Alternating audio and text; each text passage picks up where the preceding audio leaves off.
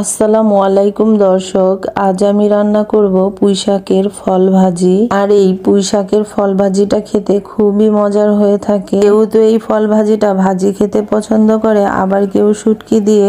আমি এখানে শুটকি দিয়ে রান্না করেছি।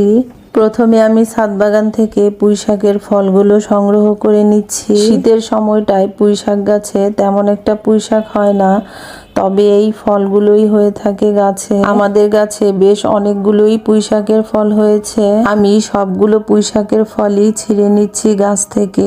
এখানে আমি কিছু আলু কেটে দিয়েছি এবং পুঁইশাকের ফলগুলোকে খুব ভালো করে ধুয়ে নিচ্ছি। এখন রান্নার জন্য একটা প্যানে পরিমাণ মতো তেল দিয়ে এখন দিয়ে দিচ্ছি কেটে রাখা পেঁয়াজ ও রসুন কুচি।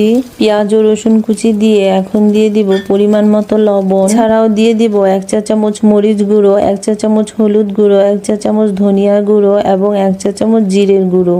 সব উপকরণগুলো দিয়ে মশলাটা আমি তেলের সাথে খুব ভালো করে মিশিয়ে নিচ্ছি। উপকরণগুলো মেশানো হয়ে গেলে এখন আমি দিয়ে দিব 1 চা চামচের মতো আদা রসুনের পেস্ট। এখন আমি মশলার সাথে পেস্টটা খুব ভালো করে মিশিয়ে নিচ্ছি। এখন দিয়ে দিব কেটে বেছে ও ধুয়ে রাখা 1 কাপ পরিমাণে লইট্টা শুটকি। এখন শুটকিটা দিয়ে খুব ভালো করে 2-3 মিনিটের মতো মশলাটা খুব ভালো করে কষিয়ে নিব। এই পর্যায়ে মশলাটা খুব ভালো করে কষানো হয়ে গিয়েছে, তেলটাও উপরে উঠে এসেছে। এখন আমি দিয়ে দিচ্ছি কেটে রাখা পুঁইশাকের ফলগুলো। এখন আমি পুঁইশাকের ফলগুলো খুব ভালো করে নেড়ে মশলার সাথে মিশিয়ে নিচ্ছি। ভালোভাবে নেড়ে দিয়ে ঢাকনা দিয়ে ঢেকে প্রথমে আমি 5 মিনিটের মতো রান্না করে নিচ্ছি। 5 মিনিট পরে ঢাকনা তুলে আমি আবার একটু নেড়ে নিচ্ছি। পর্যায়ে আমি পুঁই ফলগুলোতে অল্প পরিমাণে পানি দিয়ে নিচ্ছি, যেন সব সবজিগুলো খুব ভালো করে সেদ্ধ হয়ে যায়। আবারও আমি ঢাকনা দিয়ে ঢেকে রান্না করব। পানিটা যখন একদম শুকিয়ে আসবে তখনই আমি দিয়ে দিচ্ছি ধনেপাতা ও কাঁচামরিচ। ধনেপাতা ও কাঁচামরিচ দিয়ে আবার নেড়ে খুব ভালো করে মিশিয়ে দিচ্ছি।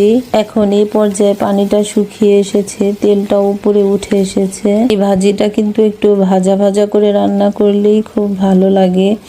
গরম ভাতের সাথে খেতে কিন্তু অসাধারণ লাগে। এখন আমি পুঁই ফলের ভাজিটা একটা বাটির মধ্যে খুব সুন্দর করে পরিবেশন করে নিচ্ছি। খুব অল্প মশলায় খুব সহজে এই ভাজিটা তৈরি করে নিয়েছি। আমি এখন এই ভাজিটা গরম ভাতের সাথে পরিবেশন করব। আর শীতের সময় এই পুঁই ফলটা পাওয়া যায়, আর খেতে কিন্তু খুবই দারুণ লাগে এই পুঁই ফল ভাজি। আমার তো ভীষণ পছন্দের। আর এই পুঁই ফলের ভাজি কারা কারা পছন্দ করেন অবশ্যই কমেন্ট করে জানাবেন। আর রেসিপিটি ভালো লাগলে লাইক, কমেন্ট ও শেয়ার করবেন। সবাই ভালো থাকবেন, সুস্থ থাকবেন এই কামনায় বিদায় নিয়ে নিচ্ছি। আল্লাহ হাফেজ।